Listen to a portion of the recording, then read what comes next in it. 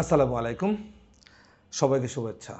গত ভিডিওতে আমি বলেছিলাম যে আপনাদের ব্যাচেলর এবং মাস্টার্স প্রোগ্রামের জন্য কোন দেশটি আপনার জন্য ভালো হবে, কোন দেশটি আপনার চয়েস করা উচিত, অথবা কোন দেশটিতে গেলে আপনি লো টিউশন ফিতে ভালোভাবে থাকতে পারবেন, এরপরে সিটিজেনশিপের জন্য আবেদন করতে পারবেন এবং জব সিকার ভিসায় আপনি কতদিন সেখানে স্টেই করতে পারবেন। এই সমস্ত কিছু বিষয় নিয়ে আসলে আজকের আমাদের এই ভিডিও।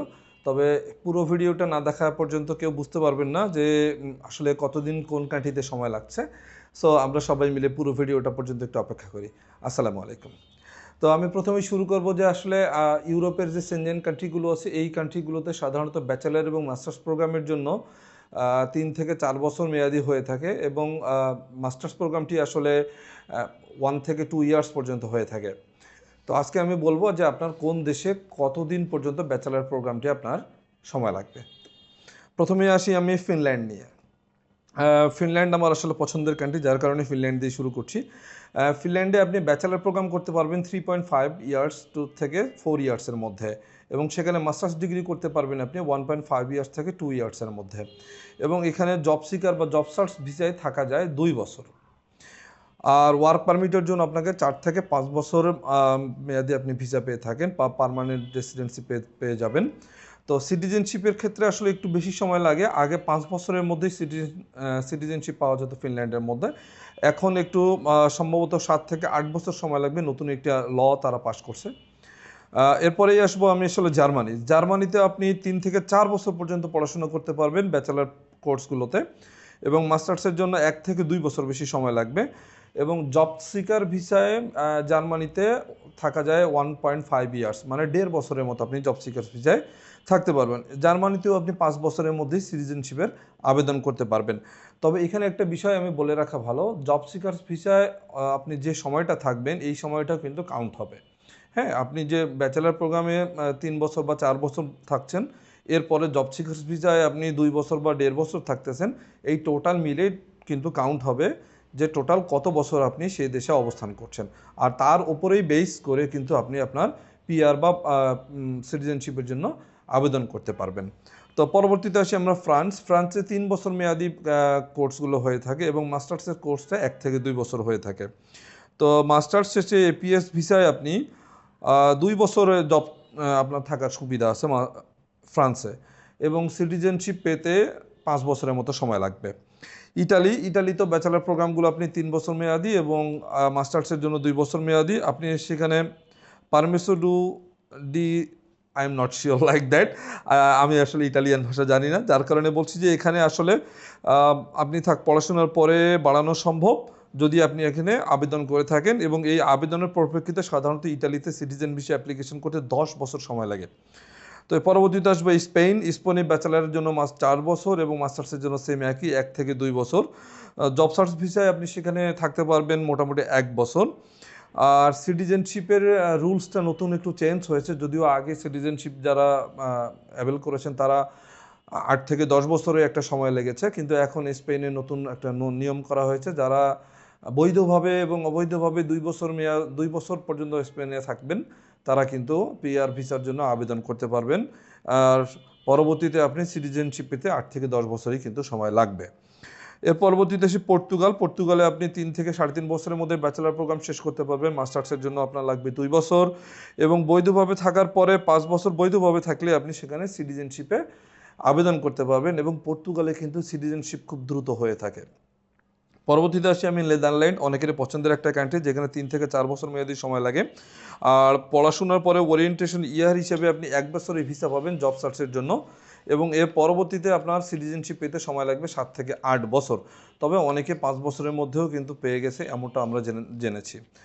এবার আরেকটা কান্ট্রি নিয়ে আমি কথা বলবো, সেটা হচ্ছে বেলজিয়ামে কিন্তু আপনি ব্যাচেলার প্রোগ্রাম করতে পারবেন 3 থেকে 4 বছর মেয়াদি, এবং মাস্টার্স হয় 1 থেকে 2 বছর, বিভিন্ন কোর্সের উপর ডিপেন্ড করে থাকে।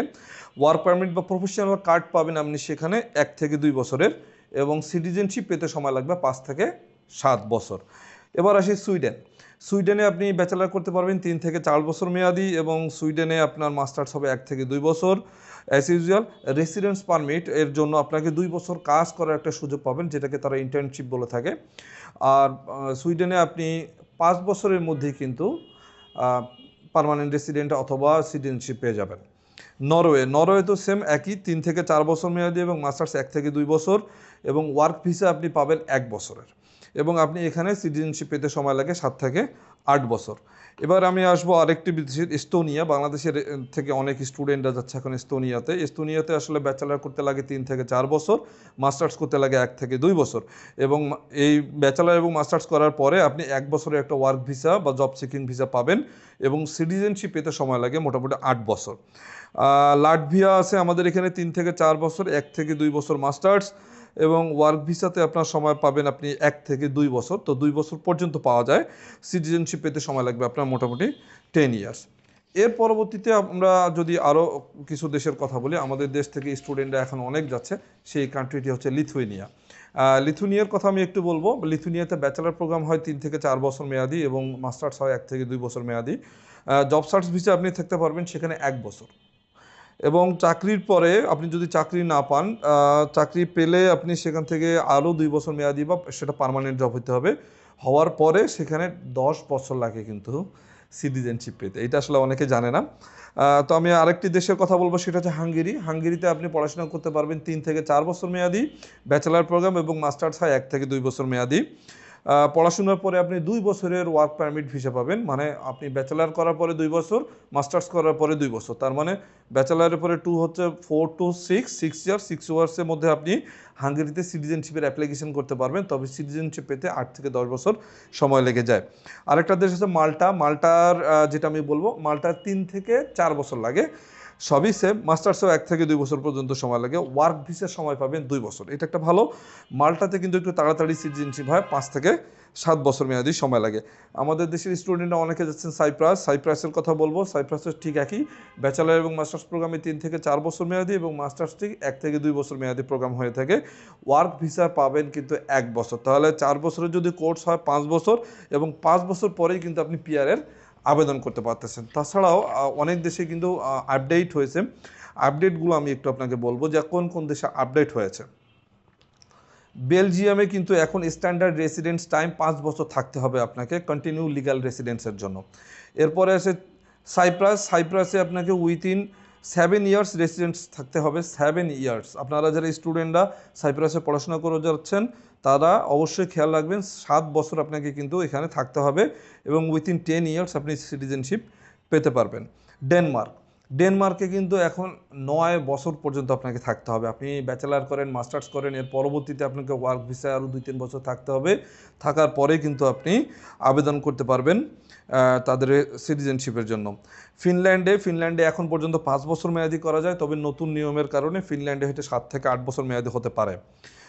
জার্মানিতে একটি নতুন ল হয়েছে, যেখানে আসলে 6 to 8 ইয়ার্স আপনাকে সেখানে ইন্টিগ্রেশন হবে।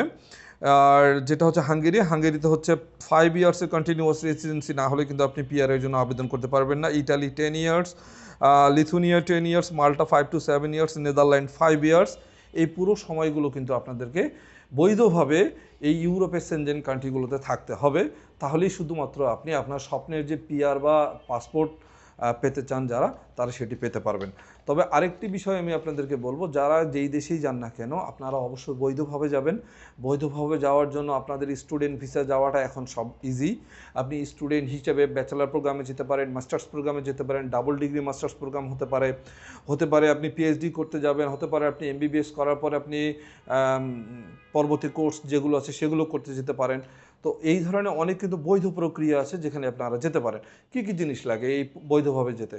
বেসিক্যালি লাগে আপনার হচ্ছে আপনি ব্যাচেলার প্রোগ্রামে গেলে এইচএসসি ট্রান্সক্রিপশন সার্টিফিকেট, আপনার একটা ইংলিশ ল্যাঙ্গুয়েজ প্রফিসিয়েন্সি টেস্ট, আপনার হয়তো সিভি লাগে, মোটিভেশনাল লেটার লাগে, আর লাগবে একটা ব্যাংক স্টেটমেন্ট। তো এই যে সিম্পল জিনিসগুলো যদি আপনি অ্যারেঞ্জ করেন তাহলেই কিন্তু আপনি বৈধভাবে একটি দেশে যেতে পারতেছেন ব্যাচেলার প্রোগ্রামে। ঠিক একইভাবে মাস্টার্স প্রোগ্রামের কথা যদি আমি বলি, মাস্টার্স প্রোগ্রামে আপনি মাস্টার্স করা থাকলেও যেতে পারবেন, আবার আপনি নতুনভাবে মাস্টার্স করতেও যেতে পারবেন। সেখানে সেমভাবে আপনার আইএলটিএস, টোফেল অথবা পিটিই দরকার হতে পারে। এবং সেখানে আপনি MOI দিয়েও কিন্তু অনেক ইউনিভার্সিটিতে আপনি অ্যাপ্লিকেশন করতে পারবেন।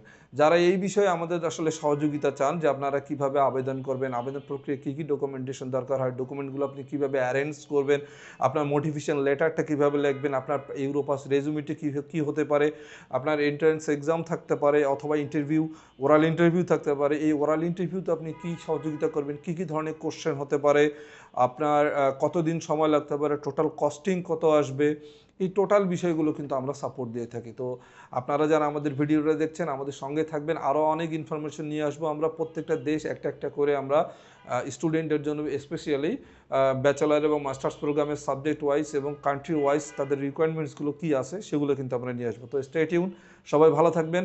আসসালামু আলাইকুম।